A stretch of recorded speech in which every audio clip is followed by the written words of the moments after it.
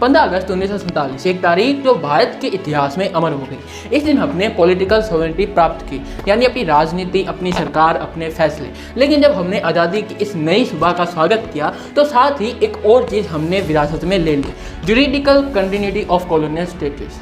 मतलब ब्रिटिश राज के दौरान बनाए गए कई कानून जो उस वक्त राष्ट्र सुरक्षा के लिए बनाए गए थे, वो बिना किसी रेडिकल चेंज के नए भारत के कानूनी ढांचे का हिस्सा बन गए। ये एक कठिन सवाल खड़ा करता है, क्या हमने सिर्फ राजनीतिक तौर पे आज़ादी हासिल की या कानूनी तौर पे भी पूरी तरह से आज़ाद हुए? क्या आज़ादी का मतलब सिर्फ झंडा लहराना है या फिर अपने कानून को भी गुलाम के रंग से मुक्त करना? मैं Garvit Bhardwaj, owner of legal insight India, और आज हम इस इंडिपेंडेंस डे पे एक ऐसा सवाल पूछने वाले हैं जो हो सकता है अनकंफर्टेबल हो, लेकिन ज़रूरी है इसको पूछना। तो चलिए शुरू करते हैं आज की इस वीडियो को। 1870 ब्रिटिश इंडिया का एक ऐसा साल जिसमें कानून की दुनिया में एक पॉलिटिकल वेपन इंट्रोड्यूस किया गया, section 124A of the Indian penal code, commonly known as the sedition law. इस प्रोविजन के लेजिस्लेटिव इंटेंट सिंपल था, स्टेट के खिलाफ किसी प्रकार के डिसेंट को सुप्रेस करना। ब्रिटिश के लिए डिसेंट सिर्फ एक ओपिनियन नहीं बल्कि एक थ्रेट टू इंपीरियल अथॉरिटी माना जाता है था। इसी लॉ का इस्तेमाल करके उन्होंने देश के कुछ सबसे बड़े स्वतंत्रता सेनानियों को टारगेट किया।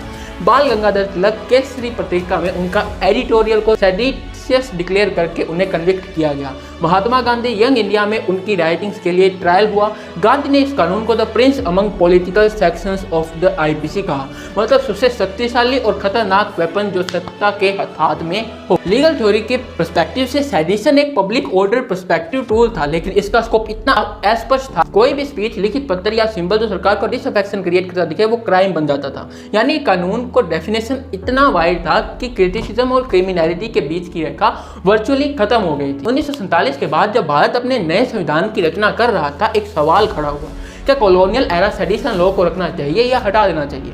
कॉन्स्टिट्यूट असेंबली में कुछ मेंबर्स ने आर्ग्यू किया कि ये कानून आज़ादी का मूल सिद्धांत के विपरीत है, लेकिन सरकार ने इसे तुरंत रिपील नहीं किया।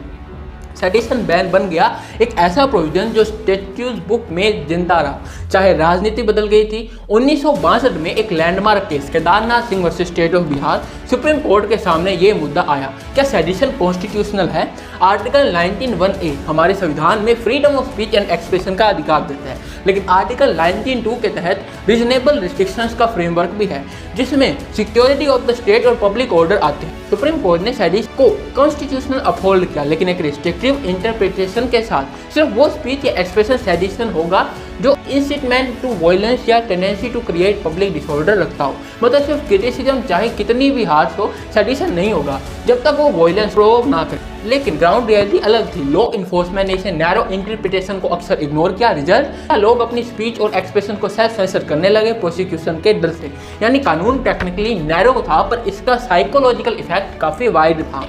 अब आते हैं आज़ादी के इस पैराडॉक्स के सबसे खतरनाक हिस्से पर। जब कॉलोनियल एरा लॉ को घोस्ट ने नए भारत में भी अपना राज जमा लिया तो केस नंबर असीम त्रिवेदी 2012, एक कार्टूनिस्ट जिसने करप्शन पर सटायरिकल कार्टून्स बनाए। Result, sedition charges. मतलब अगर पेन से करप्शन को चैलेंज करोगे तो कानून आपको गन से ट्रीट करेगा। Case number 2, Kerala student, social media post पर अरेस्ट, FIR में लिखा गया this affection toward the state. Case number 3, activist and journalist, peacefully protest के लिए भी सेडिशन या UAPA का स्टिकर चिपका दिया जाता है, जैसे डिसेंट एक नेशनल सिक्योरिटी थ्रेट है। NCRB का डाटा के मुताबिक पिछले कुछ सालों में सेडिशन FIRs का नंबर तेजी से बढ़ा है, लेकिन conviction rate single digit percentage में है। मतलब कानून का असली काम है केस फाइल करना, प्रोसेस को पनिशमेंट बनाना। इसका लीगल नाम है प्रोसेस एज पनिशमेंट डॉक्ट्राइन। यानी सरकार को अगर तुम पसंद नहीं आए तो कानून का एक पुराना ब्रिटिश एरा गिफ्ट निकालता है और तुम सीधा जुडिशियल कस्टडी में पहुंच जाते हो। केस बदल गया पर कॉलोनियल कंट्रोल के मुताबिक अभी भी सेम है। 2023 में गवर्नमेंट ने एक हिस्टोरिकल अनाउंसमेंट किया, IPC, CRPC और एविडेंस एक्ट को रिप्लेस करके एक नया क्रिमिनल लॉ फ्रेमवर्क का जन्म हुआ। नंबर 1 पे आया भारतीय न्याय संहिता BNS, नंबर 2 पे भारतीय नागरिक सुरक्षा संहिता BNSS और नंबर 3 पे भारतीय साक्ष्य अधिनियम BSS। भर में हेडलाइन थी 124A IPC repeal sedition no more. लेकिन भाई कानून के किताब का असली मैजिक लाइन के अंदर छुपा होता है। सेक्शन 124A IPC, इसी को कन्वर्ट कर दिया गया सेक्शन 152 BNS देखने में लैंग्वेज थोड़ी मॉडर्न लगती है पर इसेंस वही है, स्टेट के खिलाफ परसीव्ड थ्रेट, वेल्स डेफिनेशन और वाइड इंटरप्रिटेशनल स्कोप। क्रिटिक्स ने इसे नाम दिया कॉस्मेटिक रिपील, मतलब पुराने दाग नई पैकेजिंग में, क्योंकि डिसअफेक्शन टुवर्ड गवर्नमेंट का फ्रेज गायब हुआ है, लेकिन एंडरगेनिंग सोवियटी का फ्रेज उतना ही वाइड और सब्जेक्टिव है। लीगल एक्सपर्ट्स के मुताबिक जब तक डेफिनेशंस प्रिसाइज नहीं होती, मिसयूज का रिस्क वहीं का वहीं रहता है, और जब मिसयूज की हिस्ट्री इतनी स्ट्रॉन्ग हो तो नए लॉ को लेकर कॉजन डबल हो जाता है।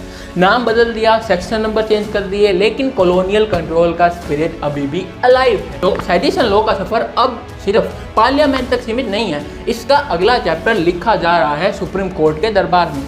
मई 2022 सुप्रीम कोर्ट ने एक अनप्रेसिडेंट स्टेप लिया, सेक्शन 124A आईपीसी का ऑपरेशन को टेम्परेली सस्पेंड कर दिया। चालू केसेस में नो कोर्सिव एक्शन का ऑर्डर, और गवर्नमेंट ने कहा कॉलोनियल एरा सेडिशन को रिकंसीडर करो। करंट डेवलपमेंट अब फोकस बीएनएस 2023 के सेक्शन 152 पर शिफ्ट हो गया है। पेटिशंस आर्ग्यूज कर रहे हैं कि लैंग्वेज वेल्थ है या मिसयूज का पोटेंशियल हाई है। कोर्ट के लिए चैलेंज होगा ये डिसाइड करना कि क्या एंडरग्रेनिंग सोसाइटी का स्कोप स्ट्रिक्टली वायलेंस लिंक्ड है या सिर्फ क्रिटिकल स्पीच भी इसका एम्बिट में आ सकता है। आने वाले कुछ महीने तय करेंगे क्या भारत अपने कॉलोनियल लीगल बैगेज को फाइनली ड्रॉप करेगा या सिर्फ नए रैपिंग पेपर में पुराना गिफ्ट मिलेगा। 15 अगस्त 1947 को हमने अपने राज्य वापस ले लिया, लेकिन कानून के कुछ पन्ने अभी भी विदेशी इंक से लिखे हुए हैं। पॉलिटिकल इंडिपेंडेंस मिल गई है पर लेजिस्लेटिव डेकोलिनाइजेशन का काम अभी अधूरा है। आज़ादी का मतलब सिर्फ तिरंगा लहराना नहीं, आज़ादी का मतलब है बोलने का अधिकार, सोचने का अधिकार और सत्ता से सवाल पूछने का अधिकार। और जब भी कानून का नाम बदल के उसका कंट्रोल वही रहे, समझ लो काम अभी बाकी है। मैं Garvit Bhardwaj, owner of legal insight India, कह रहा हूँ इस इंडिपेंडेंस डे सिर्फ सेलिब्रेट मत करो, कॉन्स्टिट्यूशन को प्रोटेक्ट भी करो, क्योंकि कानून सिर्फ कागज पर नहीं, इंसान के मन में आज़ादी की भावना से जिंदा रहता है। मिलते हैं आपसे एक और नई वीडियो में।